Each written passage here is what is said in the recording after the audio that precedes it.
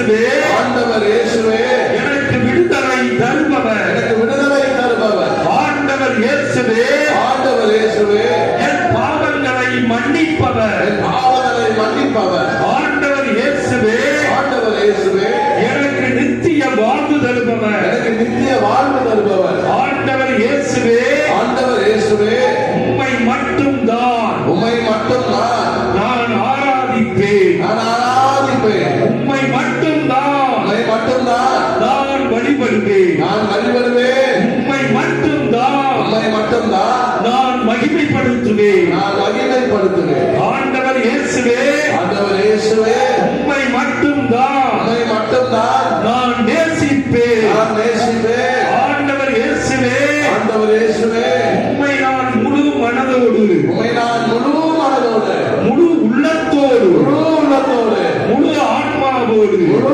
ஆன்மாவோடு, முழு வலிமையோடு, முழு வலிமையோடு, முழு ஆற்றலோடு, முழு ஆற்றலோடு, முழு இருதயத்தோடு முழு இருதயத்தோடு அன்பு செய்வேன். அன்பு செய்வேன். வேற்று தெய்வங்களை வேற்று தெய்வங்களை ஒருபோதும் ஒருபோதும் வழிபட மாட்டேன். வணங்க மாட்டேன். எல்லாரும் வாய்ந்திருந்து சொன்னாதான் அந்த துதி உங்களுக்கு என்னத்தை கொண்டு வரும்? ஆசீர்வாதங்களை கொண்டு வரும். அதனால எல்லாரும் வாய்ந்திருந்து சொல்லுங்க. இன்னும் ஒரு நிமிடம் சொல்லுவோம். சாத்தானுக்கு என்னிடம் இடம் இல்லை. சாத்தானுக்கு என்னிடம் இடம் இல்லை. சாத்தானுக்கு என் மீது சாத்தானுக்கு என் மீது அதிகாரம் இல்லை. அதிகாரம் இல்லை. சாத்தானுக்கு என் மீது சாத்தானுக்கு என் மீது எந்தவித பவரும் இல்லை. எந்தவித பவரும் இல்லை. சாத்தானுக்கு என் மீது சாத்தானுக்கு என் மீது சட்ட உரிமை இல்லை. சட்ட உரிமை இல்லை. லீகல் ரைட்ஸ் இல்லை. legal rights இல்லை. சாத்தானுக்கும் எனக்கும் சாத்தானுக்கும் எனக்கும் எந்த தொடர்பும் இல்லை. எந்த தொடர்பும் இல்லை. எந்தவித உறவும் இல்லை. எந்தவித உறவும் இல்லை. சாத்தான் என்னை தாக்க முடியாது. சாத்தான் என்னை பார்க்க முடியாது. சாத்தான் எனக்கு வியாதிகளை தர முடியாது. சாத்தான் எனக்கு வியாதிகளை தர முடியாது. சாத்தான் என் குடும்பத்திலே சாத்தான் என் குடும்பத்திலே சமாதானத்தை கெடுக்க முடியாது. சமாதானத்தை கெடுக்க முடியாது. சாத்தான் என் குடும்பத்திலே சாத்தான் என் குடும்பத்திலே குழந்தை பாக்கியத்தை தடுக்க முடியாது. குழந்தை பாக்கியத்தை தடுக்க முடியாது. சாத்தான் என் குடும்பத்திலே சாத்தான் என் குடும்பத்திலே திருமண தடைகளை உண்டு பண்ண முடியாது. திருமண தடைகளை உண்டு பண்ண முடியாது. சாத்தான் என் குடும்பத்திலே சாத்தான் என் குடும்பத்திலே வேலை இல்லாமல் ஆக்க முடியாது. வேலை இல்லாமல் ஆக்க முடியாது. சாத்தான் என் குடும்பத்திலே சாத்தான் என் குடும்பத்திலே பண பற்றாக்குறையை தர முடியாது. பண பற்றாக்குறை தர முடியாது. சாத்தான் என் குடும்பத்திலே சாத்தான் என் குடும்பத்திலே கடன் தொல்லைகளை தர முடியாது. கடன் தொல்லைகளை தர முடியாது. நான் ஆண்டவர் இயேசுவின் பிள்ளை. நான் ஆண்டவர் இயேசுவின் பிள்ளை. இயேசுவால் ரட்சிக்கப்பட்டவன். இயேசுவால் ரட்சிக்கப்பட்டவன். இயேசுவை மட்டும் ஆராதிப்பவர். இயேசுவை மட்டும் நான் ஆராதிப்பவன். இயேசுவின் பரிசுத்தமான இரத்தத்தால் இயேசுவின் பரிசுத்த இரத்தத்தால் விலை கொடுத்து வாங்கப்பட்டவர். விலை கொடுத்து வாங்கப்பட்டவன். என் ஆண்டவர் இயேசு என் ஆண்டவர் இயேசு சிலுவையிலே சிந்திய சிலுவையிலே சிந்திய பரிசுத்தமான இரத்தத்தினாலும் பரிசுத்தமான இரத்தத்தினால் அவருடைய சிலுவை மரணத்தினாலும் அவருடைய சிலுவை மரணத்தினாலும் அவருடைய உயிர்ப்பினாலும் அவருடைய உயிர்ப்பினாலும் என்னை தாக்குகின்ற சாத்தானை என்னை தாக்குகின்ற சாத்தானை தோற்கடித்து விட்டார். தோற்கடித்து விட்டார். என் ஆண்டவர் இயேசு என் ஆண்டவர் இயேசு சிலுவையிலே சிந்திய சிலுவையிலே சிந்திய பரிசுத்தமான இரத்தத்தினாலும் பரிசுத்தமான இரத்தத்தினாலும் ஆட்டுக்குட்டியானவர் இயேசு ஆட்டுக்குட்டியானவர் இயேசு சிந்திய இரத்தத்தினாலும் சிந்திய இரத்தத்தினாலும் நான் சொல்லுகின்ற நான் சொல்லுகின்ற வார்த்தையின் சாட்சியாலும் வார்த்தையின் சாட்சியாலும் நான் சாத்தானை நான் சாத்தானை ஜெயித்து விட்டேன். ஜெயித்து விட்டேன். ஜெயித்து விட்டேன். ஜெயித்து விட்டேன். ஜெயித்து விட்டேன். ஜெயித்து விட்டேன். சாத்தான் தோற்கடிக்கப்பட்ட எதிரி. சாத்தான் தோற்கடிக்கப்பட்ட எதிரி. சாத்தான் தோற்கடிக்கப்பட்ட எதிரி. சாத்தான் தோற்கடிக்கப்பட்ட எதிரி. சாத்தான் ஆதாமை ஏமாற்றி சாத்தான் ஆதாமை ஏமாற்றி வஞ்சகமாக பதித்துக் கொண்ட வஞ்சகமாக பறித்து கொண்ட பவர் அண்ட் அத்தாரிட்டி பவர் அதிகாரத்தை எனக்கு பெற்றுக் கொடுத்து விட்டார். நான் இனி பயப்பட மாட்டேன். சாத்தானுக்கு பயப்பட மாட்டேன். Praise the Lord. Hallelujah. Hallelujah. Hallelujah. அப்படியே உட்காருங்க.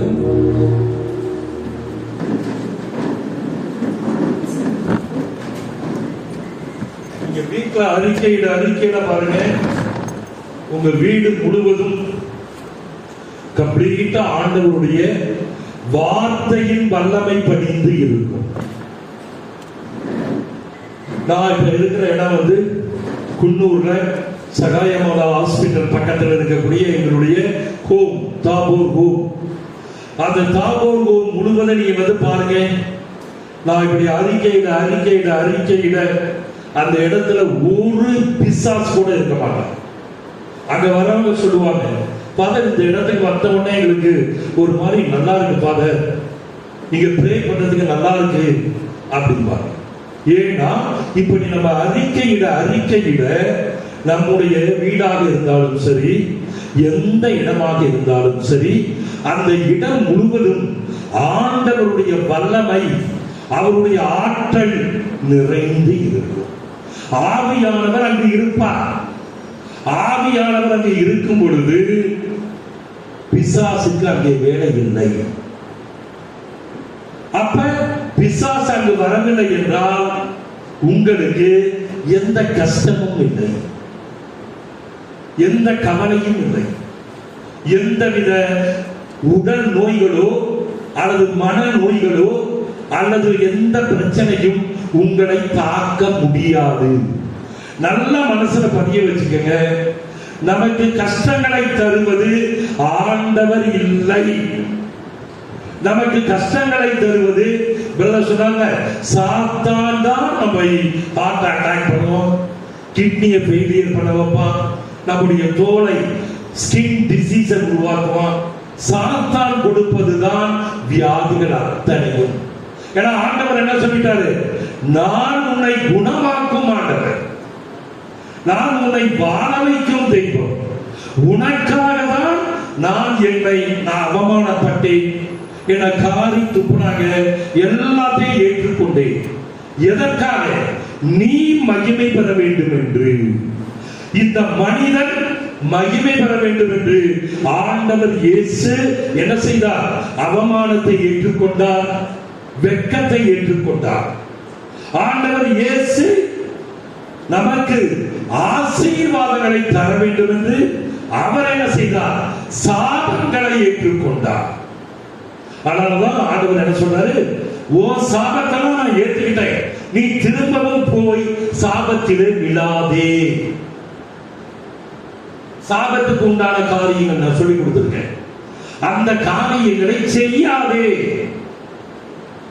அதனாலதான் ஆண்டவர் திரும்பவும் என்ன சொன்னாரு, உனக்காக உன்னுடைய நோயிலிருந்து உனக்கு விடுதலை தர வேண்டும் என்று நான் காயப்பட்டேன், இயேசுவின் காயங்களால் நான் சுகமானேன்.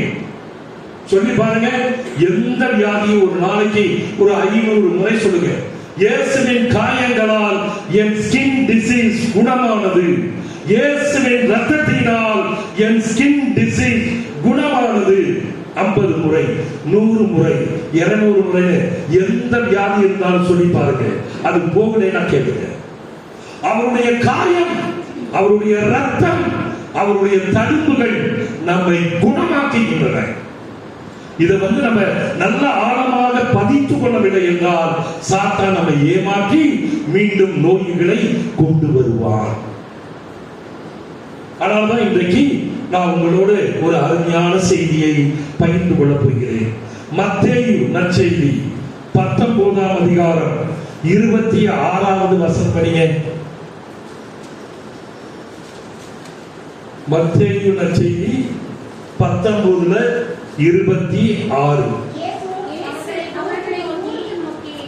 இயேசு அவர்களை கூர்ந்து நோக்கி, மனிதனால் இது முடியாது,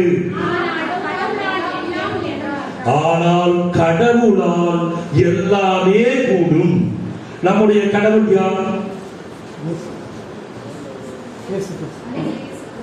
நல்லா புரிஞ்சுக்கங்க. யார் உங்களை கேட்டாலும் உங்க கடவுள் யாருப்பா அப்படின்னு கேட்டா என்ன சொல்லுங்க? ஜீசஸ் கிரைஸ்ட், ஆண்டவர் இயேசுதான் நம்ம கடவுள். இன்னும் நிறைய பேருக்கு தெரியாது. மாதா மகன் அன்போடு இருந்தாங்க. அது இல்ல, ஆண்டவர் இயேசு மட்டும்தான் கடவுள்.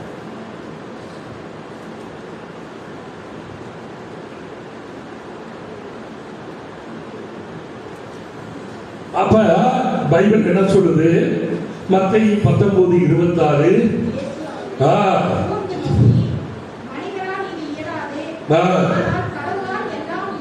கடவுளால் நம் ஆண்டவர் இயேசுவால் எல்லாமே கூடும்.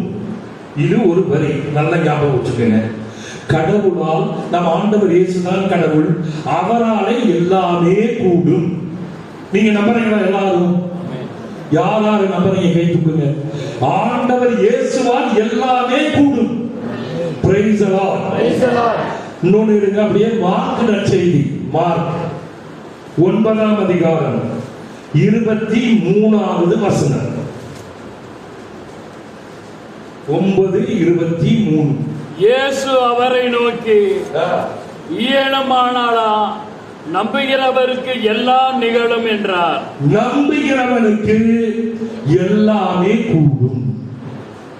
பாருங்க, ஆண்டவர் இயேசுவால் கடவுளால் எல்லாமே கூடும். அது ஒரு லைன். அடுத்த லைன் ஆண்டவர் என்ன சொல்றாரு? யாரெல்லாம் என்னை நம்புகிறானோ அவனுக்கு எல்லாமே கூடும். யார் என்னை நம்பி, இந்த வார்த்தையை நம்பி, இறை வார்த்தையை நம்பி, யார் இதை உன்னுடைய பிரச்சனையிலிருந்து விடுதலை பெற அந்த வார்த்தையை அறிக்கை இடுகிறானோ, நம்புகிறானோ அவனுக்கு எல்லாமே கூடும். ஒன்றும் முடியாதது ஒன்றும் இல்லை. ஏனென்றால் நோய் எடுத்துக்கங்க. நோயில இந்த மனிதனுடைய உடலிலே இருக்கின்ற அத்தனை பாகங்களையும், இந்த உடலிலே இருக்கின்ற ஒவ்வொரு இடத்தையும் ஆண்டவருக்கு நன்றாக தெரியும். கேன்சர் எங்கே அவனை தாக்கும் என்பது அவருக்கு தெரியும். கிட்னி எப்படி ஃபெயிலியர் ஆகும் என்று ஆண்டவருக்கு தெரியும். இப்படி உங்களுடைய வியாதிகள் எதுவாக இருந்தாலும் ஆண்டவருக்கு அது எங்கே யாரால் தாக்கப்படுகிறது என்பதை அறிவார். ஆதலால்தான் அவரை நீங்கள் நம்பினால் அது உங்களுக்கு பரிபூரணமாக கிளியர் ஆயிடும். அப்ப இறை வார்த்தையினால் ஒருவன் குணம் பெற முடியும். இதைத்தான் நான் திரும்ப திரும்ப உங்களுக்கு சொல்றேன். இந்த இறை வார்த்தையை ஒரு தடவை இல்ல, வாய் திறந்து 50 முறை அல்லது 100 முறை அல்லது 200 முறை. ஏன்னா நம்ம விசுவாசம் ரொம்ப கம்மி, நம்முடைய நம்பிக்கை ரொம்ப ஆழமாக இல்லை. இல்லைன்னா நம்மளுடைய நம்பிக்கை ஆழமாக இருந்தால் ஒரே தடவையிலே அந்த வார்த்தையை நீங்கள் வாய் திறந்து சொல்லுகின்ற பொழுது அது உங்களுக்கு நலமளிக்கும். ஆண்டவர் இயேசு பெத்தானியாவுக்கு போறார். மார்க் நற்செய்தி 11ஆம் அதிகாரம் எடுங்க, 12வது வசனம் படிங்க. மறுநாள் பெத்தானியாவை விட்டு அவர்கள் திரும்பிய பொழுது இயேசுவுக்கு பசி உண்டாயிற்று. ஆண்டவருக்கு பசி. ஏன்னா அவர் மனிதத்திலே இருக்கிறார், மனிதனாக பிறந்தவர். மனிதனாக பிறந்தவருக்கு எல்லாவித உணர்வுகளும் மனிதனை போலயே அவர் இருக்கணும். ஆனால் அவருக்கு பசி உண்டாயிற்று. 12 அப்போஸ்தலர்களை கூட்டிக்கிட்டு பெத்தானியாவில் இருந்து வர்றாரு. வர்றப்ப பசி உண்டாயிடுச்சு. அப்ப என்ன பண்றாரு? இடையடந்த ஒரு அத்தி மரத்தை அவர் தொலைவில் இருந்து கண்டு வழியிலே ஒரு அத்தி மரத்தை பார்க்கிறாரு. அத்தி மரத்தை பார்த்த உடனே ஆண்டவர் என்ன பண்றாரு? அந்த அத்தி மரத்துக்கு அருகிலே செல்கிறார். படிக்கிறார். அதில் ஏதாவது கிடைக்குமா என்று அதன் அருகில் சென்றார். ஏதாவதுன்னா என்னது? அத்திமர பழம், அத்திப்பழம். அத்திப்பழம் இருந்தா கொஞ்சம் 2 பறிச்சு சாப்பிட்டு வயிறு ரொப்பிக்கலாம் அப்படின்ட்டு ஆண்டவர் என்ன பண்றாரு, அந்த அத்தி மரத்துக்கு பக்கத்துல போறாரு. பாருங்க, சொல்லுங்க. சென்றபோது இலைகளை தவிர வேற எதையும் அவர் காணவில்லை. அந்த மரத்துல இலை மட்டும்தான் இருக்கு, காயோ கனியோ எதுவுமே கிடையாது. அப்ப உடனே என்ன செய்யறாரு, ஏனெனில் அது அத்தி பழ காலம் அல்ல. அதையும் சொல்றாரு ஆண்டவர். அது அத்தி பழம் சீசன் கிடையாது. சீசன்ல தானே அந்த பழம் கிடைக்கும். இப்ப மாமரத்துல போய் நம்ம அந்த சீசன் இல்லாத டைம்ல போய் மாம்பழம் பறிச்சா பறிக்க கிடைக்குமா? அப்ப ஆண்டவருக்கு அது தெரியும்ல. அப்ப ஏன் போய் அத்தி பழம் கிடைக்குதான்னு பாக்குறாரு. அவர் அதை பார்த்து ஆண்டவருக்கு அது அத்திப்பழம் சீசன் கிடையாது அப்படின்னு நல்லாவே தெரியும். அப்படி இருக்கும் பொழுது ஆண்டவர் ஏன் போய் அந்த அத்தி மரத்துக்கிட்ட நின்று அத்திப்பழம் கிடைக்குமான்னு பாக்குறாரு. ஆனா அத்திப்பழம் இல்லைன்னா உடனே ஆண்டவர் என்ன செய்யறாரு பாருங்க. அவர் அதரை பார்த்து, இனி உன் கனியை யாரும் உண்ணவே கூடாது என்றார். இனி இந்த மரத்தின் கனியை யாரும் உண்ணக்கூடாது அப்படின்னு என்ன பண்றாரு, ஒரு சாபம் போடுகிறார். சாபத்தை போட்டுட்டு அவரு ஏன்னா அவருக்கு பணம் கிடைக்கல, ஆனால இது ஆண்டவர் பர்பஸா செய்யறாரு. அதாவது டீச் பண்றாரு. யாருக்கு? அப்போஸ்தலர்களுக்கு சொல்லி தர போறாரு. என்ன சொல்லி தர போறாரு? அத்திப்பழ சீசன் இல்லைன்னு அவருக்கு தெரியும். இருந்தாலும் போய் அந்த அத்தி மரத்துல பழம் இருக்கான்னு பாக்குறாரு. பழம் இல்லை. ஆனா உடனே அந்த அத்தி மரத்தை சாபம் போடுறாரு. இனிமே இந்த மரத்துல எந்த கனியும் கொடுக்க கூடாது, யாரும் பறிக்க கூடாது, யாரும் சாப்பிட கூடாது இந்த மரம் அப்படின்னு சொல்லிட்டு விட்டுட்டு போறாங்க. 20வது வசனம் படிங்க. அவங்க திரும்பி வரப்ப என்ன நடக்குது? ஒருத்தவங்க நீங்க படிங்க. திரும்ப காலையில அவங்க 12 பேரை கூப்பிட்டு ஆண்டவர் அந்த வழியில வர்றாரு. வரும் பொழுது அந்த அத்தி மரம் வேரோடு பட்டு போயிட்டு, வெறும் மரம் மட்டும் இல்ல, வேரோடு அந்த அத்தி மரம் கீழே விழுந்து கிடக்குது, பட்டு போய். அப்ப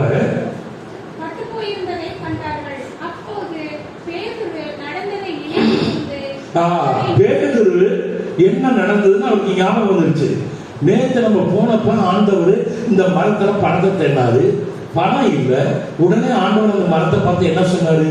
இனிமே இந்த மரத்துல யாருமே கனி பறிச்சு சாப்பிடக்கூடாதியா அப்படின்னு சொல்லிட்டு வந்தாரு. இப்ப என்னாச்சு? அப்ப அது பேதுரு என்ன சொல்றாரு? உடனே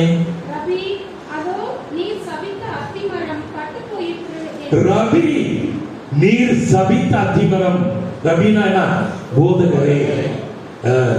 போதகரே, ஆண்டவரே நீங்க சபிச்சீங்கல்ல, அந்த அத்திமரம் வேரோடு பட்டு போயிற்று. இங்கதான் ஆண்டவர் என்ன சொல்ல வர்றாருன்னா, வார்த்தையின் வல்லமை, என்னுடைய வார்த்தை எப்படியெல்லாம் செய்யும். ஒருவனை அடிக்க வேண்டும் என்றால் அடித்து விடும், அவனை வாழ வைக்க வேண்டும் என்றால் வாழ வைத்து விடும். வார்த்தையினுடைய வல்லமையை ஆண்டவர் அப்போஸ்தலர்களுக்கு சொல்லி தராரு. அப்ப சொல்லிட்டு அடுத்த லைன்கள் என்ன சொல்வாரு?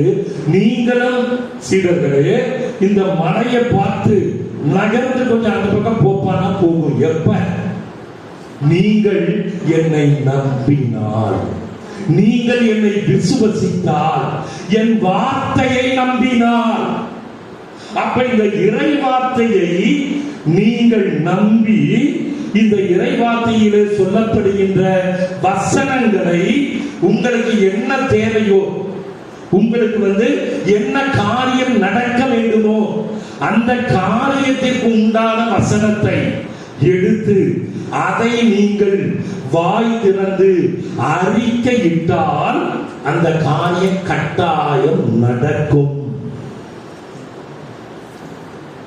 ஏன்னா ஆண்டவர் இது அத்திமரத்தின் மூலமாக மிக அழகாக சொல்லி தருகிறார். நீங்கள் நம்பிக்கையோடு இந்த இறை வார்த்தையை சொல்ல ஆரம்பித்தால் அது உங்களுக்கு கட்டாயம் என்ன செய்யும்? பலன் தரும். Praise the Lord. Praise the Lord. Hallelujah. Hallelujah. அன்பு பிள்ளைகளை நீங்க நல்லா புரிஞ்சுக்கணும். இந்த வார்த்தையினுடைய வல்லமையை நீங்கள் அறிந்து கொள்ள வேண்டும். இதை நீங்க புரிஞ்சுட்டு நான் சொல்லித்தர மாதிரி அதுக்குதான் இந்த கார்டு, ஒரு கார்டு கொடுப்பேன்.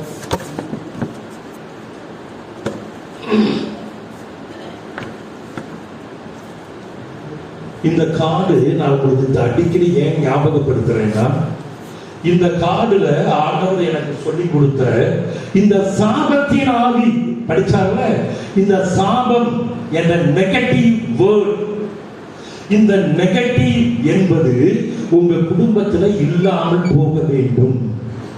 இந்த நெகட்டிவ் என்பது, இந்த சாபம் என்பது உங்கள் முன்னோர்கள் வழியாக வரலாம். இந்த சாபம் என்பது உங்கள் பெற்றோர்கள் வழியாக வரலாம். இந்த சாபம் என்பது உங்க மூலமாகவே வரலாம். உங்க கணவர் மூலமாக வரலாம், உங்கள் மனைவியர் மூலமாக வரலாம். ஆதலால் இந்த சாபத்தின் ஆவி உங்களை விட்டு அடிப்படையிலே வெளியேறவில்லை என்றால் அதுதான் ஆணிவேர். அதைத்தான் ஆண்டவர் சொன்னாரு. அதான் பேதுரு என்ன சொன்னாரு, ஆண்டவரே அந்த மரம், அத்தி மரம் வேரோடு பட்டு போயிற்று, ஆணி வேர் பட்டு போயிற்று. அப்ப இந்த சாபத்தின் ஆவி என்பது ஆணி வேராக இருக்கிறது. இந்த ஆணி வேரை நீங்கள் புடுங்கவில்லை என்றால் நீங்கள் ஆண்டவரிடம் வரும் பொழுது ஆண்டவர் உங்களுக்கு சொல்லிக்கிட்டே இருப்பாரு. ஆனா நீங்க என்ன அறியல. இந்த சாபத்தின் ஆவியை எடுத்துட்டு வாப்பா, நீ சாத்தானுக்கு என்ன பண்ணிட்ட, லீகல் ரைட் கொடுத்துட்ட. சாத்தானுக்கு நீ என்ன கொடுத்துட்ட, சட்டத்தின் உரிமை கொடுத்துட்ட. அதை நீ எடுக்காம என்கிட்ட அது பிரதர்சனம் மாதிரி கண்ணு கலங்கி ஆடி அசைஞ்சு அடிச்சு, ஆண்டவரே இது எனக்கு நடக்கல நான் என்ன செய்யறது அப்படின்னு அழுது புலம்பினாலும் அந்த காரியம் நடக்காது.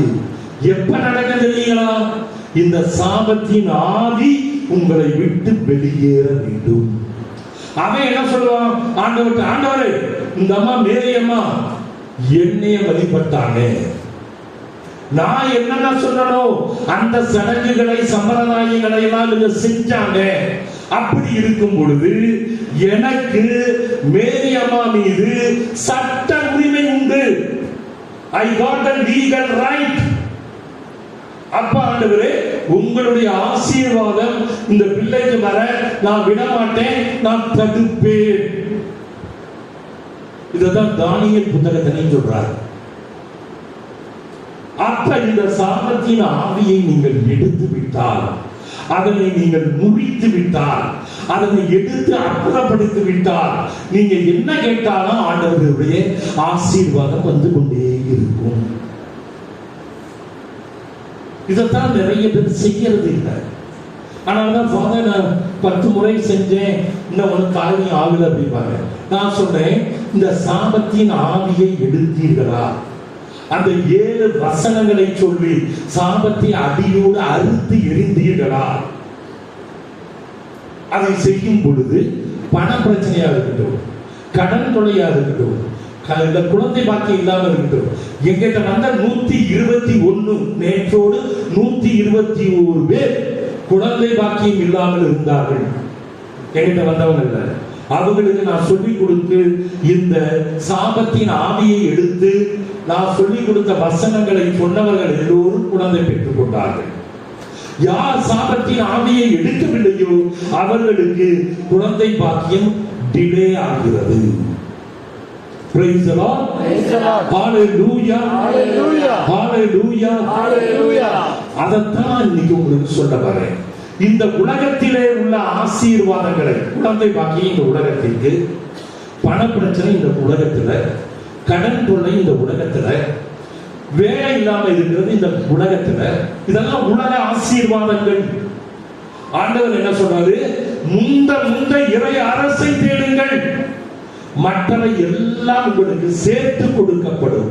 அதுதான் இந்த சாபத்தின் ஆவியை உடைத்து விட்டு எனக்கு என் ஆண்டவர் இயேசு ஒருவர் மட்டுமே தேவன், அவரை மட்டும்தான் நான் வணங்குவேன், அவரை மட்டும்தான் வழிபடுவேன், அவரை மட்டும்தான் மகிமைப்படுத்துவேன், அவரை மட்டும்தான் மாட்சிமைப்படுத்துவேன், அவரை மட்டும்தான் நேசிப்பேன், எனக்கு இயேசு ஒருவர் போதும், அவர் சொல்லிக் கொடுக்கின்ற எல்லாவித அவருடைய சித்தம் என்னவோ அதன்படிதான் நான் வாழ்வேன் என்று நீங்கள் உண்மையாகவே நினைக்க ஆரம்பித்தால், விசுவசிக்க ஆரம்பித்தால், உங்க மைண்டில் அதை கொண்டு வர ஆரம்பித்தீர்கள் என்றால் இந்த காரியங்கள், உலக காரியங்கள் அத்தனையும் உங்களுக்கு வந்துவிடும். எந்த வியாதியாக இருக்கட்டும், எந்த ஒரு கஷ்டமாக இருக்கட்டும், அத்தனையும் போய்விடும். ஆண்டவர் என்ன சொல்றாரு? நீங்க எப்பொழுது பார்த்தாலும் கவலையோடு, கண்ணீரோடு, எப்பொழுதும் மனக்கவலைகளோடு, மன உளைச்சலோடு, மன அழுத்தத்தோடு, மன தளர்ச்சியோடு இருக்க வேண்டும் என்று ஆண்டவர் விரும்பவில்லை.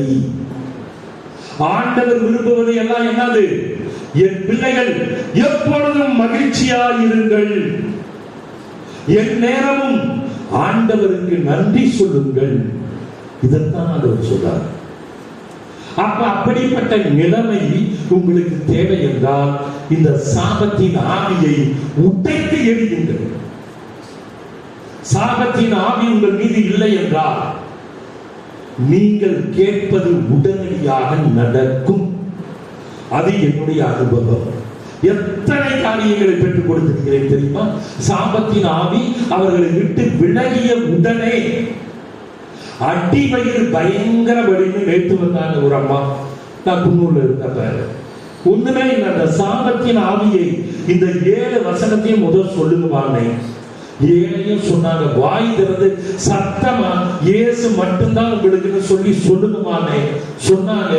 அவங்க அப்புறம் என்ன சொன்ன?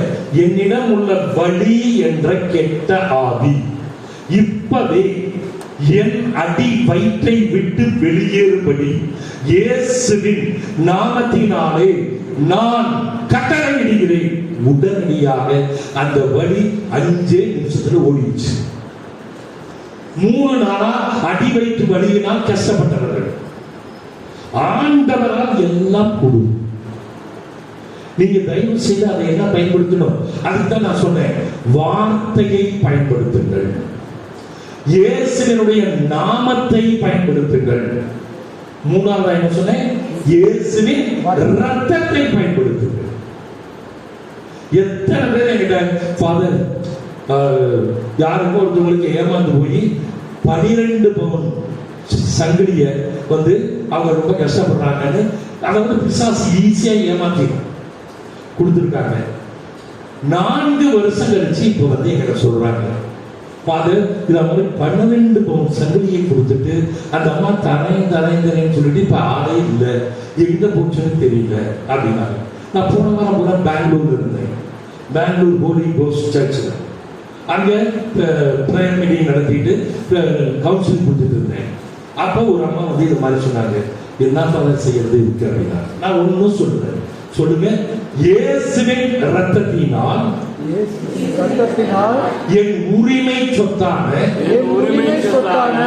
12 பவுன் சங்கிலியை உடனடியாக எனக்கு, அவங்க பேரு சொன்னாங்க லட்சுமி, உடனடியாக லட்சுமி திருப்பி கொடுத்தார். இததான் எத்தனை முறை சொல்ல தெரியுமா? உங்களுக்கு நம்பிக்கை விசுவாசம் நல்லா இருந்தா 50 முறை சொன்னா கிடைச்சிரும். 500 முறை டெய்லி சொல்லுங்க. நான் சொல்லிட்டு வந்துட்டேன். 17ஆம் தேதி சண்டே நான் இருந்தேன். நான் சொல்லிட்டு வந்துட்டேன். அவங்க 500 முறை சொன்னாங்க. இன்னைக்கு என்ன தேதி? 23. நேற்று 22ஆம் தேதி எங்க சொன்னாங்க. அந்த அம்மா கொண்டு வந்து ஃபாதர் எங்க 5 பவுன் சங்கிலியை கொடுத்துருச்சு, இன்னும் 7 பவுன் அப்புறம் தரேன்னு சொல்லுது. Praise the Lord. Hallelujah. இந்த உலக ஆசீர்வாதங்களை நீ பெற வேண்டும் என்றால் ஆண்டவருடைய வசனம், ஆண்டவருடைய நாமம், ஆண்டவருடைய ரத்தம் உனக்கு தேவை. அதை நீ பயன்படுத்தினால் நிச்சயமாக கிடைக்கும். அது உடனடியாக கிடைக்கலாம், சில சமயம் கொஞ்சம் நாள் கழிச்சு கிடைக்கலாம், சில சமயம் ஒரு வருடம் கழிச்சு கூட கிடைக்கும். ஆனால் அது எங்கேயும் போகாது. எப்ப இந்த சாபத்தின் ஆவி உன்னை விட்டு வெளியேற வேண்டும். சாபத்தின் ஆவி சுருக்கமா சொன்ன என்ன தெரியுமா? இயேசு மட்டும்தான் கடவுள், வேறு யாரும் கடவுள் இல்லை. இதை நீங்க விசுவசிக்கணும். இதை நீங்க உங்க பக்கத்து வீடு, உங்களோட இருக்கக்கூடிய நண்பர்கள் எல்லாத்துக்கும் சொல்லணும். எல்லா கடவுளும் ஒரே கடவுள் தான் சொன்னீங்கன்னா பிசாசு அப்பயே சொல்லிடும், இவர் நம்ம பையன் எடுத்துவோம் அப்படின்னு கொடுக்கும். எல்லா கடவுளும் ஒரே கடவுள் இல்லை. இயேசு மட்டுமே ஒரே ஒரு கடவுள். அதான் 10 கட்டளையில முதல் கட்டளை அதுதான். இந்த 10 கட்டளையில முதல் கட்டளையை இன்னும் நீங்க படிக்கவே இல்லை. அதனாலதான் என்ன நினைக்கிறீங்க? எல்லா கடவுளும் ஒரே கடவுள் தான், எல்லா சாமியும் ஒரே சாமி தான் அப்படின்னு நினைக்கிறீங்க. ஆனா நீங்க எப்ப என் ஆண்டவர் இயேசு மட்டுமே கடவுள் என்று உறுதியோடு நம்பிக்கையோடு எல்லா காரியங்களையும் செய்கிறீர்களோ, அப்பொழுது ஆண்டவருடைய ஆசீர்வாதம் அப்படியே பனியை போல பொழிந்து தருவார். அவரால் அபரிவிதமாக உங்களுக்கு ஆசீர்வாதங்களை தர முடியும். அதனாலதான் இந்த இறை வார்த்தையை வைத்து நீங்கள் எல்லாமே செய்யலாம் அப்படின்னு சொல்றேன். அதனாலதான் நீங்க எந்த காரியமாக இருந்தாலும், நான் சொல்லியிருக்கேன், நிறைய பேருக்கு கொஞ்சம் பேருக்கு போன் பண்றீங்க, கேட்கறீங்க. இன்னமும் நான் என்ன சொல்றேன்னா, இந்த வசனத்தின்படி நீங்கள் செய்ய ஆரம்பித்தீர்கள் என்றால் எல்லா காரியமும் உங்களுக்கு நடக்கும். இப்ப அதான் இன்னொன்னு பார்க்கிறேன். இன்னொன்னு இன்னைக்கு உங்களுக்கு சொல்லக்கூடிய செய்தி என்ன அப்படின்னா, ஆண்டவர் இயேசுவை நம்ப மனிதர்கள், ஆண்டவர் இயேசு மனிதனும் தெய்வமுமாக இருந்தாரு. ஆண்டவர் இயேசுவையே சாத்தான் எத்தனை முறை சோதித்தார்? 3 முறை. ஒரு முறை அல்ல, 2 முறை அல்ல, சும்மா தாக்கி பார்க்கலாம் அப்படின்னு இந்த சாத்தான் என்ன பண்ணா 3 முறை ஆண்டவர்கிட்ட நடந்தார். 3 முறையும் ஆண்டவர் பயன்படுத்திய அதாவது தீர்வு என்ன, பயன்படுத்த கருவி என்ன? கருவி பாத்தீங்கன்னா இறை வார்த்தை அப்படிங்கிறது உங்களுக்கு தெரியும். அப்ப இறை வார்த்தையின் வழியாகவே அந்த சாத்தானை தோற்கடித்தார். அதே மாதிரி இந்த சாத்தான் என்ன பண்ணுது? ஆண்டவர் இயேசுவை கொலை செய்ய, ஆண்டவர் இயேசுவை கொலை பண்றதுக்கு எத்தனை முறை ட்ரை பண்ணிச்சு தெரியுமா? ஆண்டவர் இயேசுவை இந்த உலகத்தில் இருக்கக்கூடாது, அவர் இருந்தார்னா எல்லாரையும் அவர் பக்கம் இழுத்துருவார். அதனால என்ன செய்யணும்? அவரை காலி பண்ணிடணும் அப்படின்னு சாத்தான் பிளான் எடுத்து திட்டம் போடுது. எத்தனை முறை திட்டம் போடுது யாருக்கு தெரியுமா? 5 முறை ஆண்டவர் இயேசுவை கொலை செய்ய சாத்தான் திட்டமிட்டது. ஏன் சாத்தான் கொலை செய்ய பார்த்தது? யோவான் 8:44 படிங்க. அவன் யாருன்னு சொல்றாரு. சாத்தான் யார் என்பதை இந்த ஆண்டவர் சொல்றார். ஏன் கொலை செய்யணும் இயேசுவை? சாத்தானே உங்களுக்கு தந்தை, சாத்தானே உங்களுக்கு தந்தை, உங்கள் தந்தையின் உங்கள் தந்தையின் ஆசைப்படி நடப்பதே உங்கள் விருப்பம். தொடக்கம் முதல் அவன் ஒரு கொலையாளி. பாருங்க, கிளீனா ஆண்டவர் என்ன சொல்றாரு? சாத்தான் தொடக்க முதல், எப்ப ஆதாம் ஏவாளை படைத்தது முதல் அவன் ஒரு கொலையாளி. அவன் கொலை செய்யக்கூடியவன். யார? நான் படைக்கின்ற மக்களை, உங்களை எல்லாம் கொலை செய்யக்கூடியவன் சாத்தான். அவன் ஒரு கொலையாளி. அடுத்தது, அவன் உண்மையை சார்ந்து நிற்கவில்லை. அவன் உண்மையே பேச மாட்டான். நீங்க நம்பிடாதீங்க அவனை. அவன் ஏமாத்துவான். அதுக்கு பதிலாக என்ன பேசுவான்? உண்மை பேச மாட்டான். அப்ப என்ன பேசுவான்? அவன் பொய்தான் பேசுவான். அவன் பொய் பேசும் போது அது அவனுக்கு இயல்பாக இருக்கிறது. அவன் பொய்யை இயல்பாகவே சொல்லுவான். அவன் வாயிலிருந்து வருவது எல்லாம் பொய். ஏனெனில் அவன் பொய்யன். ஏனென்றால் அவன் ஒரு பொய்யன். பாருங்க, சாத்தான் பத்தி ஆண்டவர் என்ன சொல்றாரு? அவன் ஒரு கொடையாளி, அவன் ஒரு பொய்யன். அப்ப அவன் சொல்றதை கேட்காதீங்க. அவன் சொல்றதுன்னா என்ன? இப்ப நிறைய பேர் வெளியே போய் குறி கேட்க போறது, ஜோசியம் பார்க்கிறது, ஜாதகம் எழுதுறது, இதெல்லாம் சாத்தானின் வேலை. உங்களுக்கு முதல்ல ஏதாவது ஒரு நல்ல காரியம் நடந்துச்சுன்னா ஓ நம்பிடுறது. எதை வச்சு? அந்த ராசி பலன் பார்க்கிறது, இதெல்லாம் வச்சு நீங்க இதெல்லாம் செய்யறவன் யாருன்னா சாத்தான். அததான் சொல்றாரு, அவன் ஒரு கொலையாளி, அவன் என்னை 5 முறை கொலை செய்ய திட்டமிட்டான். இயேசுவை 5 முறை கொலை செய்ய திட்டமிட்டான். முதல் முறை என்ன தெரியுமா? அவன் யாரை பயன்படுத்துவானா? உங்களாட்ட இருக்கிற பெரிய மனிதர்களை பயன்படுத்துவான். ஆண்டவர் இயேசு குழந்தையாக பிறந்த பொழுது அவரை அந்த பெத்லகேமிலே இருக்கிற எல்லா குழந்தைகளையும் என்ன செய்யணும்னு சொன்னான்? குழந்தைகளை கொல்லுங்கள். 2 வயது குழந்தை அத்தனை பேரையும் கொன்று விடு என்று சாத்தான் ஏரோது மூலமாக அங்கே கொண்டு வருகிறான் இயேசுவை கொலை செய்ய. அப்ப இயேசு 2 வயசு குழந்தைதான். இதுதான் முதல் திட்டம். சாத்தானியுடைய முதல் திட்டம், அவர் எப்படியாவது குழந்தையிலேயே அவரை கொன்றுவிட வேண்டும். அப்ப அது நடந்துதா? நடக்கல. ஏன்னா அவனை விட பெரியவர் யாரு? நம் பிதா. அவர்தான் சொன்னார், உலகத்தில் இருக்கும் அந்த சாத்தானை விட உன்னுள் வாழ்ந்து கொண்டிருக்கும் உன் ஆண்டவர் இயேசு மகா மகா பெரியவர். அவரால் முடியாதது எதுவும் இல்லை. உடனே அன்னை மரியாவையும் ஜோசப்பையும் எங்க சொன்னாரு? எகிப்து நாட்டுக்கு ஓடிப்போ. அங்க அவன் கொலை செய்ய முடியாது. ஏரோது அரசன் மூலமாக கொலை செய்ய பார்க்கிறான் சாத்தான். உடனடியாக அந்த சாத்தானால் கொலை செய்ய முடியவில்லை.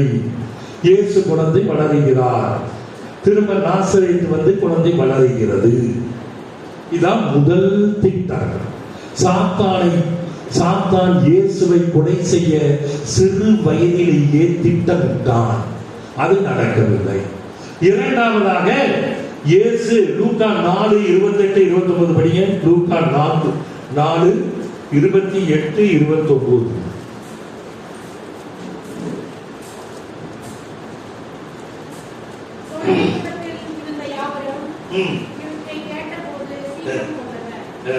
அவர்கள் எழுந்து அவரை ஊருக்கு வெளியே துரத்தி அவங்களில் அமைந்திருந்த மலை உச்சியிலிருந்து கீழே தள்ளிவிட சென்றனர். இதுதான் 2வது திட்டம். அதாவது ஆண்டவர் இயேசு நாசரேத்து ஜெபக்கூடத்துக்கு போறாரு. அங்க போய் பைபிளை எடுத்து படிக்கிறாரு. படிச்சுட்டு அங்க அவர் என்ன பண்றாரு? பிரீச் பண்றாரு. பிரீச் பண்றப்ப அவர் செய்தி கொடுக்கும் பொழுது 2 காரியத்தை சொன்ன உடனே அங்கிருந்த மக்களுக்கு பயங்கரமான கோபம் வந்தது. என்ன 2 காரியம் சொன்னாரு? யாராவது சொல்ல முடியுமா? படிக்க முடியுமா? அதுக்கு முன்னாடி இருக்கு. 2 காரியம் சொன்ன உடனே அந்த ஜெபக்கூடத்தில் இருந்த மக்களுக்கு பயங்கர கோபம் வந்தது. கோபத்தை யாரு தட்டி விடுறான்? சாத்தான். கோபத்தின் ஆவி. உங்க வீட்டுல இப்ப கணவன் மனைவி கூட சண்டை வருது, அதுல பயங்கரமான கோபப்படுறாரு உங்க வீட்டுக்காரர் அப்படின்னா அங்க கோபத்தின் ஆவி பிசாசு அங்க வந்துருச்சு. பிசாசு அங்க கோபத்தின் ஆவியை தூண்டி விட்டு கணவன் மனைவிக்கு 2 பேருக்கு இடையில சண்டையை உருவாக்கி உடனே அவங்களை பிரிக்கும். அதுதான் அவங்களுடைய வேலை. இன்னைக்கு நீங்க போய் பாருங்க, யங் கப்புள்ஸ் நிறைய பேர் கணவன் மனைவிக்கு இடையே சின்ன காரியத்துக்காக என்ன ஆயிடுது? கோபம் வந்துடுது. கோபம் பேசுறப்ப ஒருத்தருக்கு பயங்கர வார்த்தைகளை பேசி, சரி இன்னையோடு சரிப்பா, நீ தராத, நான் வேற நான் தனியா போறேன், நீ தனியா போ அப்படின்னு உடனே செப்பரேட்டட். இங்கதான் என்ன வருது? பிரிவினையின் ஆவி, ஸ்பிரிட் ஆஃப் செப்பரேஷன். அதாவது கோபத்தின் ஆவியை அனுப்புறான் பிசாசு. அடுத்ததா என்ன பண்றான்? பிரிவினையின் ஆவியை உண்டாக்கிறான். அப்புறமா ஒரு 4 வருஷம் ஆச்சா, ஸ்பிரிட் ஆஃப் டிவோர்ஸ், விவாகரத்தின் ஆவி, அதை கொண்டு வந்து குடும்பத்தை பிரிச்சிடலாம். இதத்தான் ஆண்டவர் கிட்ட என்ன சொல்றான்? நீ உருவாக்கிய குடும்பத்தை நான் குடும்பமே இல்லாமல் ஆக்கி காட்டுறேன் பாரு அப்படின்னு இன்னைக்கு பிசாசு, இந்த சாத்தான் சேலஞ்ச் பண்ணி செய்து கொண்டிருக்கிறான். பாருங்க, இன்னைக்கு நிறைய குடும்பங்கள் பிரிந்து போய் கிடக்கின்றன. எல்லாம் யங் கப்புள்ஸ். நான் ஒரு ஏறக்குறைய ஒரு 10,000 கப்புள்ஸ் மீட் பண்ணியிருக்கேன் கடந்த 6-7 வருடங்களாக. எல்லாம் எத்தனை வருஷம் ஆச்சுமா கல்யாணம் ஆகி? 2 தான் ஃபாதர் ஆகுது. எத்தனை வருஷம் ஆச்சுமா ஃபாதர்? ஒரே வருஷம் தான் ஆச்சு ஃபாதர். எத்தனை வருஷம் ஆச்சுமா? 6 மாசம் தான் ஃபாதர் ஆச்சு. அவருக்கு எனக்கு ஒத்து வரல ஃபாதர்.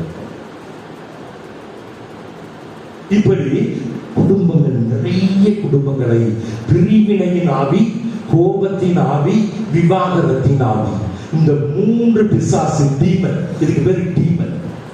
அதாவது சாத்தான் வரமாட்டான், அவனுக்கு ஏகப்பட்ட டீமன்ஸ் வச்சிருக்கான். அந்த டீமன்ஸ், அதாவது இது வந்து டீமனாலஜி அப்படின்னு ஒரு சப்ஜெக்ட் ஆண்டவர் எனக்கு சொல்லிக் கொடுத்தாரு, நிறைய சொல்லிக் கொடுத்திருக்காரு. எப்படி இந்த டீமன்ஸ் வந்து எப்படி மக்களை பிரிக்குது, எப்படி அவர்கள் ஒன்றுமில்லாமல் ஆக்குகிறது, எப்படி அவங்களை மன உளைச்சலுக்கு கொண்டு போகுது, எப்படி மன அழுத்தத்திற்கு கொண்டு போகிறது அப்படி. அதாவது ஸ்ட்ரெஸ், டிப்ரெஷன், ஃப்ரஸ்ட்ரேஷன் இதுகளை உருவாக்கும். இந்த பிரிவினையை உண்டாக்கி கொண்டு வருது. அப்ப ஆண்டவர் இங்க என்ன சொல்ல வர்றாருன்னா, இந்த நாசரேத்து ஜெபக்கூடத்திலே அவர் போதிக்கும் பொழுது இந்த சாத்தான் என்ன பண்றான்? அங்கிருந்த மக்களுக்கு கோபத்தை உண்டாக்குகிறான். கோபத்தை உண்டாக்கக்கூடிய 2 காரியங்களை ஆண்டவர் சொன்னதுனால ஆண்டவர் என்ன சொன்னார்னா, சொந்த ஊரிலே இறைவாக்கினர்களுக்கு மதிப்பு இல்லை அப்படின்னு சொன்னார். இன்னொன்னு என்ன சொன்னாரு? சாரிபாத்தில் உள்ள ஒரு விதவை பெண்ணிடம் மட்டும்தான் ஆண்டவர் அனுப்பப்பட்டார். இங்க யூத மக்களுக்கு, உங்களுக்கு உங்க மத்தியில நிறைய விதவை பெண்கள் இருக்காங்க, விடோஸ் இருக்காங்க. ஆனா உங்ககிட்ட யாருமே ஆண்டவர் அனுப்பப்படவில்லை, எலியா தீர்க்கதரிசி அனுப்பப்படவில்லை. ஏன் தெரியுமா? நீங்க நான் சொல்றத நம்ப மாட்டீர்கள். இப்படி சொன்ன உடனே அந்த மக்களுக்கு கோபத்தை தூண்டிவிட்டு இந்த பிசாசு சாத்தான் என்ன பண்றான்? கோபத்தின் ஆவி அந்த மக்கள் அத்தனை பேரும் ஆண்டவரை போய் சூழ்ந்து கொள்கிறார். சூழ்ந்து கொண்டு ஆண்டவரை இழுத்து கொண்டு போய் பக்கத்துல ஒரு மலை இருக்கு, பெரிய ஹில்லு. அந்த மலையில கொண்டு போய் அவங்க அங்கிருந்து அவரை கீழே தள்ளி கொலை செய்ய திட்டமிடுகிறார். ஆண்டவர் இயேசுவை கொலை செய்ய திட்டமிடுகிறார். ஆனா ஆண்டவர் அவர் பாட்டுக்கு அவர் வழியில நடந்து போய்விட்டார் அப்படின்னு சொல்லுது பைபிள். ஏன்னா ஆண்டவர் என்ன சொல்வாரு? எனக்கு இன்னும் நேரம் வரவில்லை, நான் என் நானாகவே என்னை உங்களுக்கு கையளிப்பேன், அப்படி என்னை கொலை செய்ய அப்படின்னார். அப்பதான் சிலுவையில கொலை செய்யப்பட்டார். Praise the Lord. Praise the Lord. Hallelujah. Hallelujah. Hallelujah. Hallelujah. திலக்கு ஒரு பாட்டு எனக்கு உங்களை மாதிரி தெரியுது இல்லையா? ஒரு பாட்டு பாடி ஒரு அப்படியே கண்டினியூ பண்ணலாம். இதை ஏன் நான் சொல்ல வர்றேன் அப்படின்னா, இயேசுவையே 5 முறை கொலை செய்ய திட்டமிட்ட சாத்தான் நம்மை 3 முறை கொலை செய்ய திட்டமிடுவான். பைபிள் சொல்லுது 3 முறை உங்களை கொலை செய்ய சாத்தான் திட்டமிடுவான். அது என்ன அப்படிங்கிறத நான் உங்களுக்கு சொல்லி கொடுத்து முடிக்க போறேன். புரியுதா? அப்ப நீங்க இறை வார்த்தையோடு, இயேசுவின் நாமத்தோடு, இயேசுவின் ரத்தத்தோடு நீங்கள் இருந்தீர்கள் என்றால் அவன் அருகிலே வர மாட்டான், அவன் உங்களை கொலை செய்ய மாட்டான். பாடுவோம். எந்திரிச்சு ஒரு 2 நிமிடம் எழுந்து நிற்போம். பைக்கிள் எல்லாம் கீழே வச்சிருங்க. நல்லா ஆடி பாடி நாம் ஆராதிக்கப்படுகிறோம். சேர்ந்து சொல்லுங்க, அப்பா வீட்டுல, சத்தமா சொல்லுங்க, அப்பா வீட்டுல எப்போதும் சந்தோஷமே, ஆடலும் பாடலும் இங்கே தானே. சேர்ந்து பாடுவோமா? நல்லா கரங்களை தட்டி மகிழ்ச்சியோடு கொஞ்சம் வலது புறமா இடது புறமா கொஞ்சம் காயக்காலெல்லாம் அப்படி அசைச்சு உணர்ந்து பாடி பாருங்க, எவ்வளவு ஆசீர்வாதம் இருக்கும். சேர்ந்து பாடுவோம். அப்பா வீட்டுல எப்போதும் சந்தோஷமே, ஆடலும் பாடலும் இங்கதானே.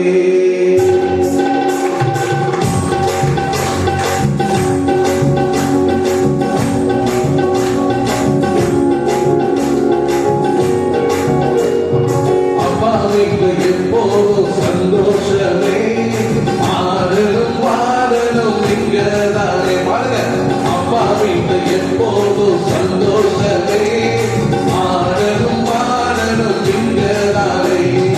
ஆடுவோம் கொண்டாடுவோம், ஆடுவோம் நடனம் ஆடுவோம், செல்வனே ஆடுவோம் கொண்டாடுவோம், ஆடுவோம் நடனம் ஆடுவோம். கைவேதி பாருங்க, அல்லேலூயா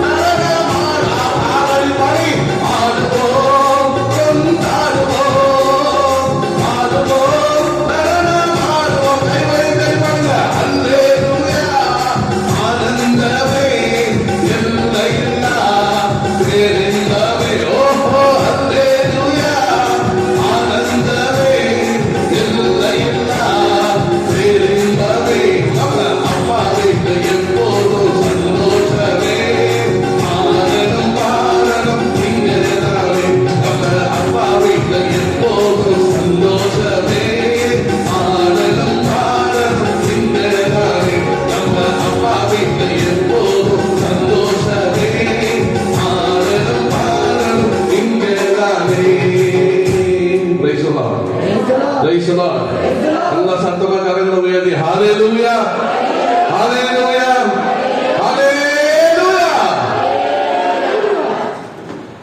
ஹalleluya ஹalleluya அப்படியே உட்காருங்க. இந்த ஒரு 25 நிமிஷம் போகும்.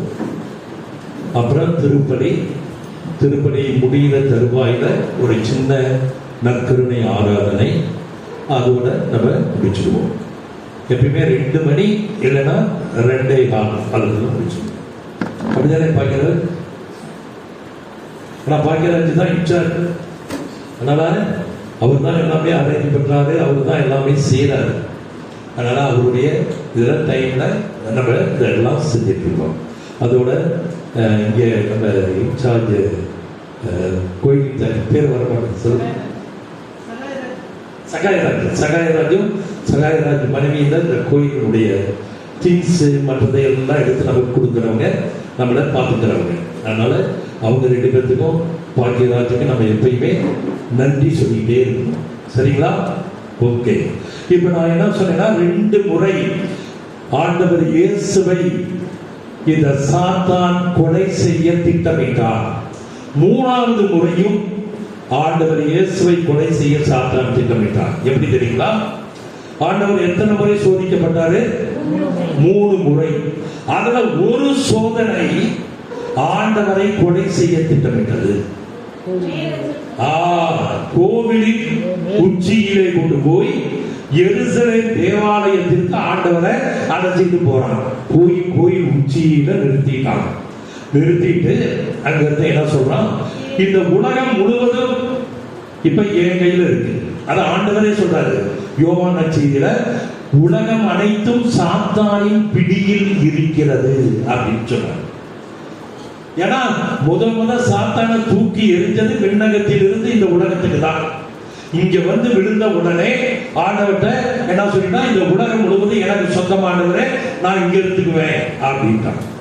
அப்ப இந்த உலகம் சாத்தானின் பிடியில் இருக்கிறது யோவான் நற்செய்தியில சொல்றாரு. இப்ப இவன் என்ன சொன்னான், இங்க பாருங்க இயேசு, இங்க பாருங்க இந்த உலகம் முழுவதையும் உனக்கு தரேன், ஏன்னா இது பூரா என் கையில தான் இருக்கு. ஆனா நீ என்ன செய்யணும், இங்க இருந்து கீழே குதி. நீ கீழே குதிக்கிறப்ப சங்கீத ஆசிரியர் தாவீது என்ன சொல்லியிருக்காரு, உன்னுடைய வான தூதர்கள் வந்து என்ன பண்ணுவாங்க, உங்களை அப்படியே தாக்கி பிடிச்சுக்குவாங்க. நீ கீழே விழுந்து சாக மாட்டேன்னு எழுதி இருக்குல்ல. நீ கடவுளின் மகனாக இருந்தால் இதை செய்ய பார்ப்பான் அப்படின்னு ஆண்டவர் இயேசு என்ன சொல்றாரு, உன்னுடைய கடவுளாகிய ஆண்டவரை நீ என்ன செய்யக்கூடாது, சோதிக்காதே அப்படின்னு பைபிள் எழுதியிருக்காரு. தெரியுமா உனக்கு? அப்படின்னு சாத்தான அதே வார்த்தையால் மடக்கிறார். ஏன்னா சாத்தானுக்கு இந்த பைபிள் அத்துப்படி அவனுக்கு ஃபுல்லா தெரியும். ஏன்னா அவன் சாத்தானின் வந்து இயேசுடைய பிள்ளைகளை மடக்குவதற்கு எந்தெந்த விதத்திலே சாத்தான் இந்த பைபிளை பயன்படுத்துவான் அப்படிங்கிறது தெரியும். அதனாலதான் அவனுக்கு இந்த சாத்தானுக்கு இந்த பைபிள் நல்லா தெரியும். அதனாலதான் என்ன சொன்னா, உன்னுடைய வானதூதர்கள் வந்து உன்னை தாங்கிக்குவாங்க, ஆனா நீ இங்க இருந்து குதி பார்க்கலாம் அப்படின்னு சொல்றான். ஆனா அது வந்து அவனுடைய திட்டம் என்னன்னா, அவன் உள் நோக்கம் என்னன்னா, இயேசுவை மேலிருந்து குதிக்க வச்சு சாகடிச்சிருக்கும். அப்ப நீ கடவுளின் மகன் இல்லை அப்படிங்கிறத நான் நிரூபிச்சிருக்கேன். ஆனா ஆண்டவர் கடவுளின் மகன் என்பதை எத்தனை முறை, 2 முறை ஆண்டவர் தெளிவா பிதா சொல்லிட்டார். ஒரு முறை எங்க யோர்தான் ஆற்றிலே திருமுழுக்கு யோவான் கையிலே ஞானஸ்நானம் பெறுகின்ற பொழுது அங்கிருந்து வானத்திலிருந்து என்ன கேட்டது, இவரே என் அன்பார்ந்த மகன், இவரிடம் நான் பூரிப்பு அடைகிறேன், இவருக்கு எல்லோரும் செவி சாயுங்கள் அப்படின்னு சொல்றார். இன்னொரு முறை என்ன சொன்னாரு, இப்படி அவர் கடவுளின் மகன் என்பது நிரூபிக்கப்பட்டு விட்டது. இது முன்னையே என் பிதா சொல்லிட்டாரு, நீ வந்து இப்ப நானு கடவுளின் மகனால சோதிக்கிறதுக்கு நீ என்ன எதுவும் செய்ய வேண்டாம். ஏன்னா பைபிள்ல என்ன சொல்லுது, உன் கடவுளாகி ஆண்டவரை நீ சோதியாதே அப்படின்னு சொல்லியிருக்கு. அப்படின்னு சொல்லி அதையும் முறியடித்து விட்டார். அது மத்தேயு 4:5-7 சொல்லுது. அடுத்ததா பாருங்க, லூக்கா 8:22-25 படிங்க. லூக்கா 8:22-25.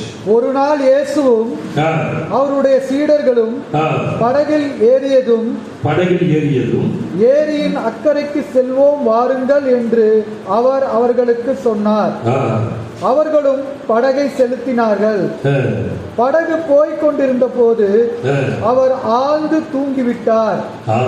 அப்போது ஏரியில் புயல் அடித்தது. அப்ப பாருங்க, இந்த பிசாசு என்ன பண்ணாங்கன்னா, ஆண்டவர் சொல்லிட்டு போயிட்டாரு. அங்க போய் படகுல எல்லாரும் படகுல போயிட்டு இருக்கிறாங்க. ஆண்டவர் கீழே போய் நல்லா தூங்கிட்டு இருக்காரு. அப்ப இந்த பிசாசு அந்த கடலிலே புயலை உண்டாக்கி, அடுத்தது படகு நீரால் நிரம்பியது. அவர்கள் ஆபத்துக்கு உள்ளானார்கள். அவர்கள் அவரிடம் வந்து, ஆண்டவரே ஆண்டவரே சாகப் போகிறோம். பாருங்க, இங்கதான் ஆண்டவரே ஆண்டவரே நாங்கள் சாகப் போகிறோம். அங்க பிசாசு என்ன பிளான் பண்றானா, ஆண்டவரை மட்டும் கொள்ளாம எத்தனை பேரையும் சேர்த்து கொள்ளுவோம் அப்படின்னு கொள்றதுக்கு புயலை உண்டாக்கி படகை கவிழ்த்து கடலிலே அவர்கள் மூழ்கி சாக வேண்டும் என்று திட்டம் போடுகிறார். இங்கதான் ஆண்டவர் என்ன சொல்றாரு, ஏப்பா நான் தான் கூட இருக்கிறேன், ஏன் இன்னமும் உங்களுக்கு பயம்? என்னை நம்பலையா நீங்க? நான் இருக்கேன்னு நீங்க நம்பலையே. ஆண்டவர் இருக்காருப்பா, புயல் அடிச்சா என்ன, படகு ஒண்ணு கவிழாது அப்படின்னு நினைக்கிறேன். சாக போகிறோமே.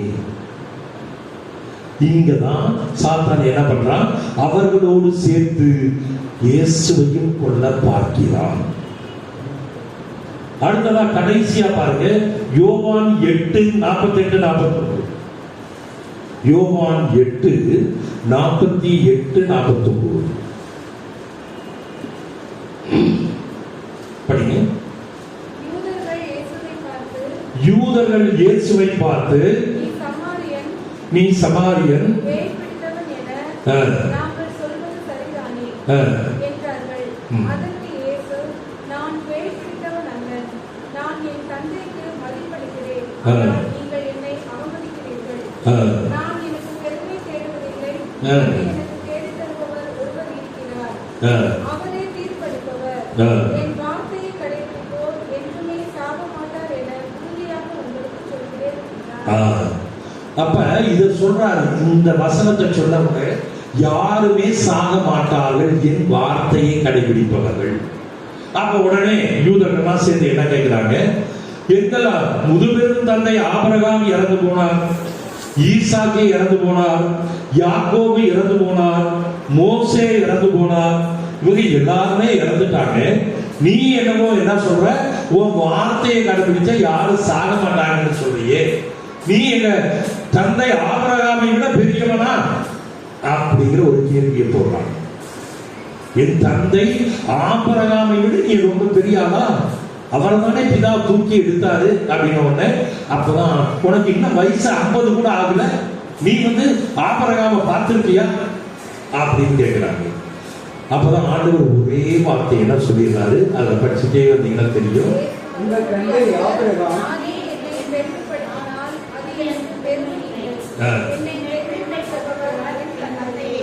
என் தந்தையே என்னை பெருமைப்படுத்துகிறார் அப்படின்னு சொல்லிட்டு அவர் என்ன சொல்லிடுறாரு ஒரே வார்த்தையில, ஆபிரகாமுக்கு முன்பே நான் இருக்கிறேன். பாருங்க, ஆண்டவர் இயேசு கடவுள்ங்கிறதுக்கு ஒரு இன்னொரு பயங்கரமான ப்ரூஃப் அவர் சொல்றது என்னன்னா, ஆபிரகாமுக்கு முன்பே நான் இருக்கிறேன். இருக்கிறவரும் இருந்தவரும் வரப்போகிறவரும் நானே. அதனால்தான் இதுல நீங்க ஆண்டவர் இயேசு உண்மையான கடவுள்ங்கிறத நீங்க ஏற்றுக்கொள்ள வேண்டும். அதுதான் உண்மை. அப்ப அந்த மாதிரி சொன்ன உடனே, ஆபிரகாமுக்கு முன்பே நான் இருக்கிறேன்னு சொன்ன உடனே அந்த யூதர்கள்லாம் சேர்ந்து என்ன பண்றாங்க, இவன் ஆபிரகாமுக்கு முன்பே இருக்கிறான்னு சொல்றான் அப்படின்ட்டு இழுத்து கொண்டு போய் கல்லால் எரிந்து கொள்ள திட்டமிட்டார்கள். அப்பையும் ஆண்டவர் அதிலிருந்தும் தப்பிக்கின்றார். இதுதான் இயேசுவை கொலை செய்ய சாத்தான் செய்த 5 திட்டங்கள். நான் சொன்ன அடுத்ததா நம்மை கொலை செய்ய இயேசுவினுடைய பிள்ளைகளை, தேவ பிள்ளைகளை கொலை செய்வதற்கு சாத்தான் 3 வழிகளை வைத்துள்ளார். அதுல யூதாச சாத்தான் எப்படி கொன்னான்?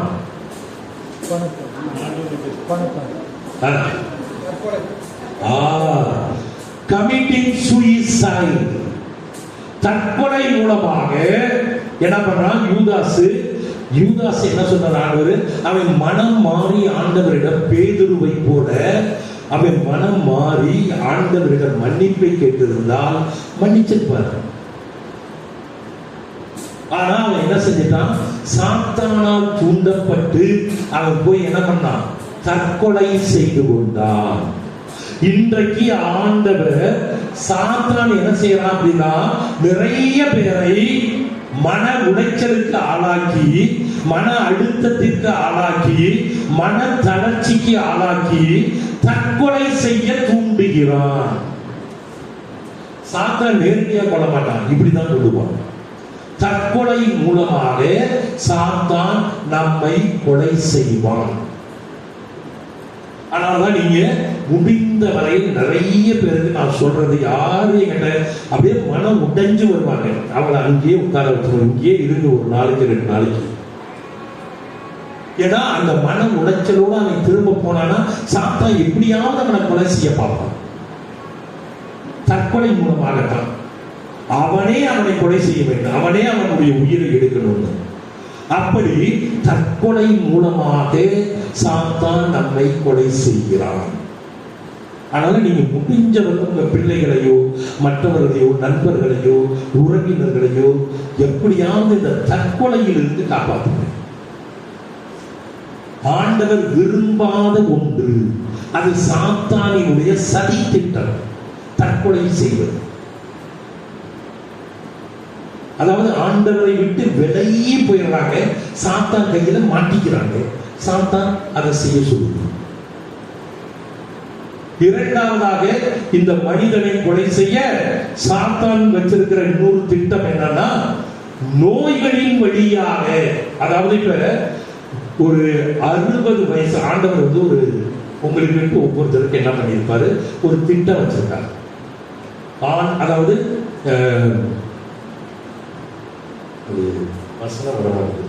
ஆண்டவர் இயேசு எனக்காக வகுத்திருக்கும் திட்டங்கள் வளமான எதிர்காலத்தையும் நம்பிக்கையையும். 29:11 எரேமியா 29:11. எரேமியா 29:11 அதை எடுங்க, படிங்க.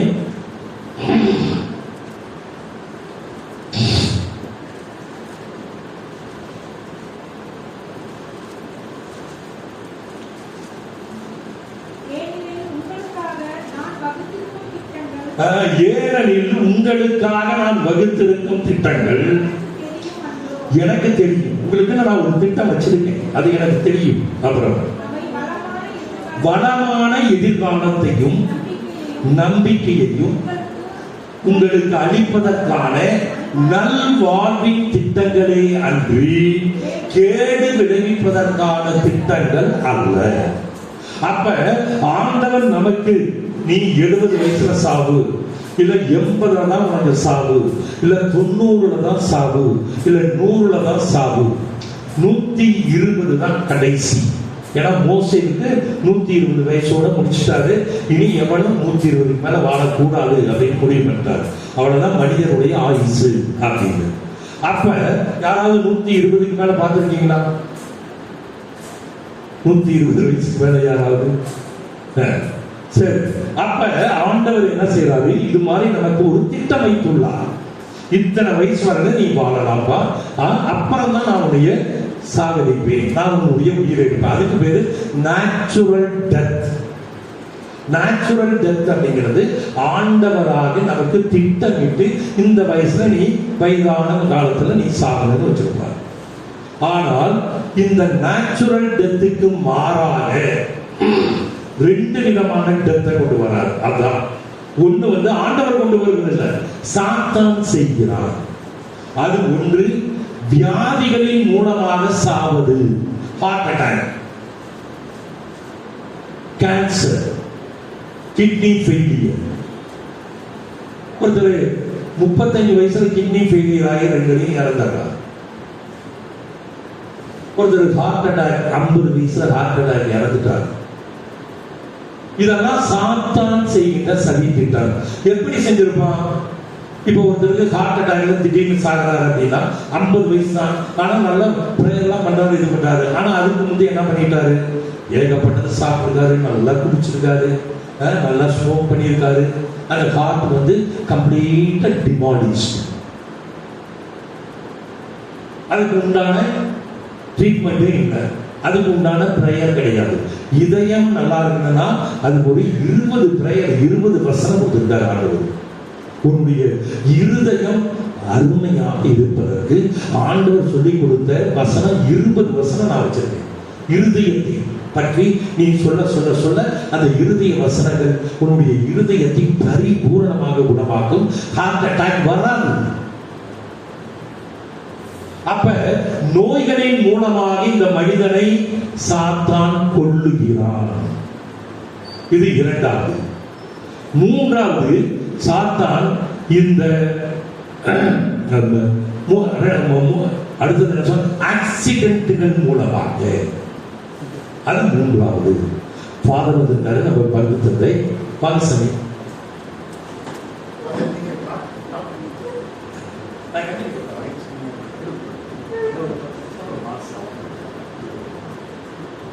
அனைவருக்கும் மதிய வணக்கம். அன்புக்குரியவர்களே, தந்தை அவர்களுடைய வருகை நம் அனைவருக்கும் ஆண்டவருடைய ஆசீர்வாதத்தை பெற்றுத்தரும். சகோதரர் நம்முடைய பாகிராஜ் பிரதர் அவர்களும் இதற்கான ஏற்பாடுகளை செய்திருக்கிறார். விவிலியத்தின் அடிப்படையிலே பல கருத்துக்களை ஒவ்வொரு மாதமும் 4வது சனிக்கிழமை நம்மோடு பகிர்ந்து கொள்கிற நம் தந்தை ஃபாதர் ஜெயபால் அவர்களுக்கு நம்முடைய நன்றிகள், ஜெபங்களை உரித்தாக்குகிறோம். பகிர் தந்தை என்ற முறையிலே என்னுடைய பணியிலே தந்தை அவர்கள் இந்த கிளை பங்கிலே வந்து இந்த ஜெப வழிபாட்டை நடத்துவதும், திருப்பலி மற்றும் அருள் அடையாளம், ஒவ்வொரு அருள் அடையாளம் வழங்குவதும் மிக்க மகிழ்ச்சி.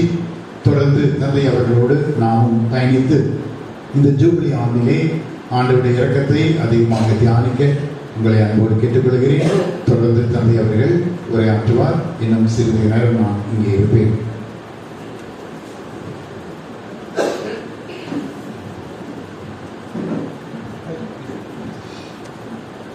நம்முடைய ஃபாதர் இருக்கிற பேர் சொல்லிடுவோம். நமக்கு அருமையான இந்த இடத்தை கொடுத்து பெர்மிஷன் கொடுத்து இங்கே நீங்கள் ஃபாதர் நடத்துங்க, எவ்வளோ பேர் வேணாலும் மக்கள் வரட்டும் நடத்துங்க அப்படின்ட்டு இப்போ ஏறக்குறைய 7-8 மாதங்களாக நடத்திட்டு இருக்கோம். அதனால் ஃபாதர் பங்கு தந்தை அவர்களுக்கு நம்முடைய சார்பாக நல்ல கைகளை கட்டி ஒரு நன்றி செய்வோம்.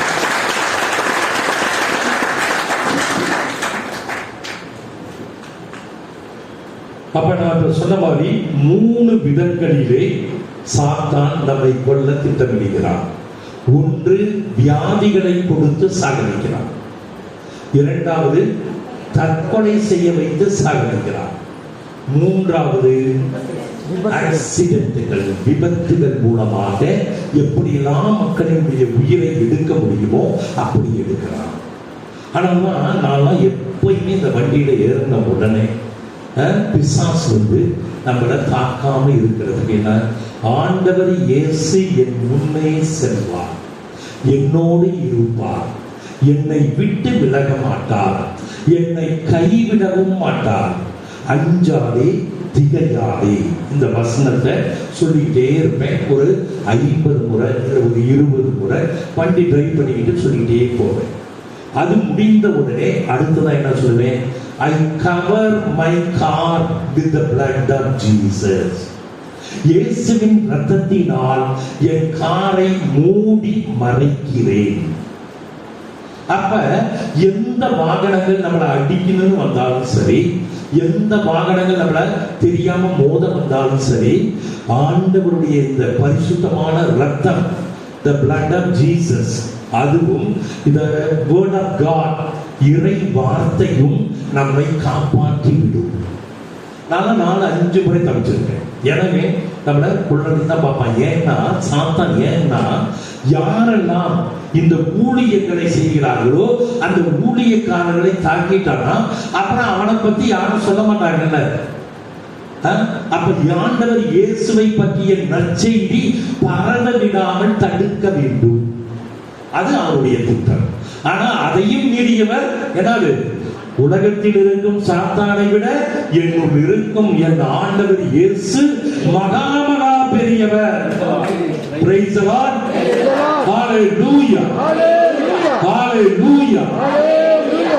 அதனால அவரு எல்லாம் பார்த்துக்குவாரு. அதனால அதை பத்தி நான் ஒரு சிறிது கவலைப்படுவது கிடையாது, ஒண்ணு கிடையாது. நீங்களும் அது மாதிரிதான். நீங்களும் எத்தனையோ வேலைகளுக்கு போறீங்க, எத்தனையோ முறை பஸ்ல பயணம் செய்றீங்க, கார்ல பயணம் செய்றீங்க, 2 வீலர்ல பயணம் செய்றீங்க. அப்படி செய்யும் பொழுது நீங்க என்ன செய்யணும் அப்படின்னா, இதுதான் இந்த 2 வார்த்தையின் வழியாக, இயேசுடைய இரத்தத்தின் வழியாக உங்களை பாதுகாத்துக் கொள்ள சொல்லுங்க. பாதுகாத்துக் கொள்றதுக்கு நீங்க சொல்ல சொல்ல அவன் என்ன பண்ணிடுவான், நம்மளை விட்டு விலகி போய்விடுவான். நான் இறை வசனங்களை நிறைய சொல்லிக்கிட்டே இருப்பேன். டெய்லி ஃப்ரீயா இருக்கிறப்பெல்லாம் அதான் செய்யுங்க. ஃப்ரீண்டு இல்லை, முக்கியமா காலையில பாத்தீங்கன்னா ஃபுல்லா காலையில 4 மணியிலிருந்து ஆரம்பிச்சா அப்படியே போயிட்டே இருக்க. யாரெல்லாம் கவுன்சிலிங் கேட்கிறாங்களோ அப்பெல்லாம் நம்ம அந்த கவுன்சிலிங் கொடுத்துட்டு பேசணும். அந்த மாதிரி நீங்க செஞ்சு பாருங்க. இப்போ உங்களுக்கு வியாதிகள் இருந்தால் அதை எப்படி கிளியர் பண்றது? 2வது, எந்த பிரச்சனையாக இருந்தாலும் சரி அதை கிளியர் பண்றதுக்கு நீங்க பயன்படுத்த வேண்டியது 4 காரியம். முதல் காரியம், சாபத்தின் ஆவியை எடுத்தது. அதுதான் ஃபவுண்டேஷன். அந்த ஃபவுண்டேஷனை, அடித்தளத்தை உடைக்கணும், அதை பிரேக் பண்ணிடணும். அடுத்ததா 3 கருவி கொடுத்திருக்கார் ஆண்டவர். அதுதான் இறை வார்த்தை, இயேசுவின் நாமம், இயேசுவின் ரத்தம். இது 3ஐயும் சொல்லி அதை கிளியர் பண்ணணும். எப்படி சொல்றது? அதான் நீங்க என்கிட்ட தனியா வரப்ப நான் சொல்லித்தரேன். அப்ப இப்ப ஒரு பிரச்சனை, அது இப்ப வேலை இல்லை, அதுக்கு என்ன செய்யணும்? அதான் நான் சொன்னேன், வசனம் இருக்கு. அது வசனத்துக்கு கார்டுல இருந்து படிச்சுக்கலாம். கார்டு ஜெப்ரீட் இருக்கு, யாருக்கு வேணுமோ செப்ரீட்டை வாங்கிக்கலாம். 2வது, இயேசுவின் நாமத்துல சொல்லணும்னு சொன்னேன். என்ன சொல்லணும்? என்னிடம் அன்எம்ப்ளாய்மெண்ட் இருக்கக்கூடிய அன்எம்ப்ளாய்மெண்ட் என்ற கெட்ட ஆவி இப்பவே என்னை விட்டு வெளியேறும்படி இயேசுவின் நாமத்தினாலே நான் கட்டளை இடுகிறேன். வேலை இல்லை அப்படிங்கிற ஒரு பிரச்சனைக்கு மட்டும் சொல்றேன். இதை சொன்னா போதும். இதை ஒரு 50 முறை சொல்லுங்க. அடுத்ததா, இயேசுவின் ரத்தத்தினால் எனக்கு ஜாப் கிடைத்தது. இப்ப நீங்க இன்டர்வியூ போயிருக்கீங்க ஏதாவது ஒரு கம்பெனிக்கு, அந்த கம்பெனி பேரை சொல்லி அந்த கம்பெனியில எனக்கு ஜாப் கிடைத்தது. பிளிப்கார்ட் அங்க கிடைச்சிருக்கு அப்படின்னா உடனே சொல்லுங்க. இங்கிலீஷ்ல சொல்லணும்னா, through the blood of Jesus I got the job in Flipkart.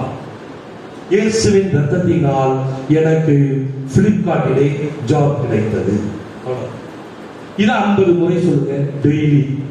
இந்த 3ஐயும் நீங்க எந்த ஒரு பிரச்சனையும் சொல்லலாம். பையன் படிக்கலையா, அல்லது வியாதிகளா, அல்லது குழந்தை பாக்கியமா, எல்லாத்துக்குமே நான் சொல்லி தருவேன். அப்ப இந்த மீட்டிங் முடிஞ்ச உடனே நீங்க தனியா பார்க்கறவங்க வந்து என்னை தனியா பார்க்கலாம். இப்ப நம்ம ஒரு 5 நிமிஷம் பிரேக் நீங்க போயிட்டு வாங்க. போயிட்டு வந்த பிற்பாடு திருப்பணி ஆரம்பிக்கும் போது மணி 1 ஆயிடுச்சு, 1:05. திருப்பணி முடிச்சுட்டு நன்மை கொடுத்து முடிச்ச பிற்பாடு ஒரு 10 நிமிஷம் இல்லைன்னா 15 நிமிஷம் ஆகும். ஒரு ஆராதனை முடிஞ்சு கடைசி ஜெபம், அப்புறம் அதோடு நம்ம இந்த மீட்டிங்கை முடிக்கணும். எப்பயும் 2 மணிக்கு முடிச்சுக்குவோம். அதனால முடிச்சுட்டு அதுக்கப்புறம் தனியா பார்க்க விரும்புகிறவர்கள் என்னையே தனியா பார்க்கலாம். நான் சாயங்காலம் 5 மணி வரையும் பார்ப்பேன். Praise the Lord.